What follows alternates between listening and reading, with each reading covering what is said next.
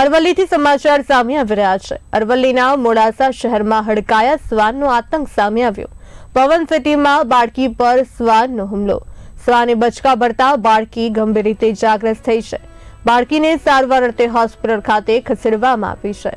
શ્વાનના આતંકથી સ્થાનિકોમાં પણ ડરનો માહોલ છે। અરવલ્લીથી સમાચાર। મોડાસા શહેરમાં હડકાયા શ્વાનનો આતંક બહાર આવ્યો। પવન સિટીમાં બાળકી પર શ્વાનનો હુમલો। શ્વાને હુમલો કર્યો છે। શ્વાને બચકા ભર્યા છે। એક બાળકી ઇજાગ્રસ્ત થઈ ગઈ છે।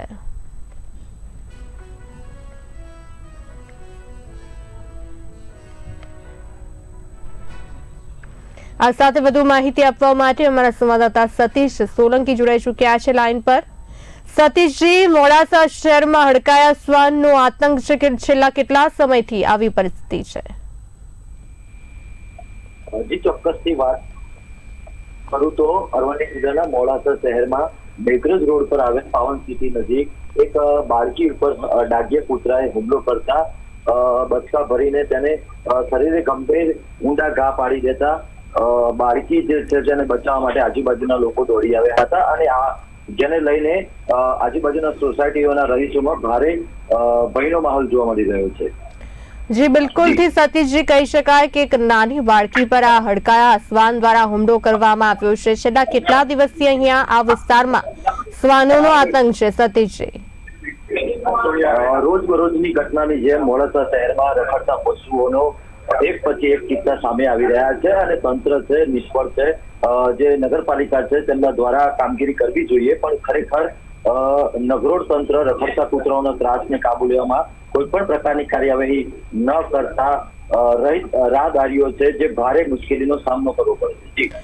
જી બિલકુલ થી કહી શકાય કે આ જે છે રખડતા શ્વાનોનો હાલ તો મુદ્દો છે કે એક રખડતા હડકાયો શ્વાન છે તેના દ્વારા એક બાળકી પર હુમલો કરવામાં આવ્યો હતો અને સ્થાનિકોમાં ભયનો માહોલ છે અને સાથે સાથે રખડતા જે ઢોર છે તેનો પણ આતંક અરવલ્લીમાં યથાવત જોવા મળી રહ્યો છે। તો હાલ તો આ રખડતા શ્વાન મામલે જે છે કોઈ અરજી કે કોઈ ફરિયાદ કરવામાં આવી હતી કે કેમ?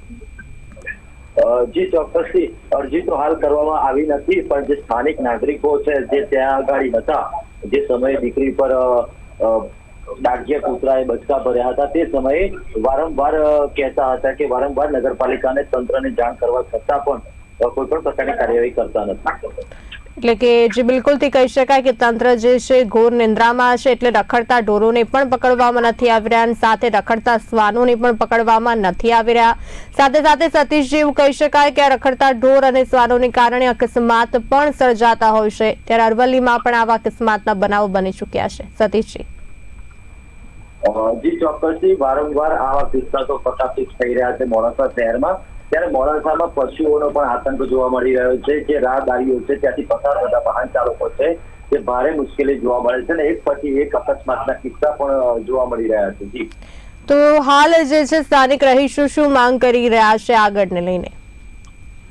આ ઘટના જે બની છે જેને લઈને રહીશો એક જ માંગ કરી રહ્યા છે, તાત્કાલિક ધોરણે આવા જે ડાઘિયા કૂતરાઓ હોય તેમને પકડવામાં આવે ને તેમને પાંજરાપોળ ખાતે મૂકવામાં આવે તેવી પ્રબળ માંગ મોડાસાના નાગરિકો કરી રહ્યા છે। જી, અમારી સાથે જોડાવા બદલ આપનો આભાર। અરવલ્લીના મોડાસા શહેરમાં હડકાયા શ્વાનનો આતંક સામે આવ્યો। પવન સિટીમાં બાળકી પર એક શ્વાને હુમલો કર્યો છે। શ્વાને બચકા ભરતા બાળકી ઇજાગ્રસ્ત થઈ ગઈ છે।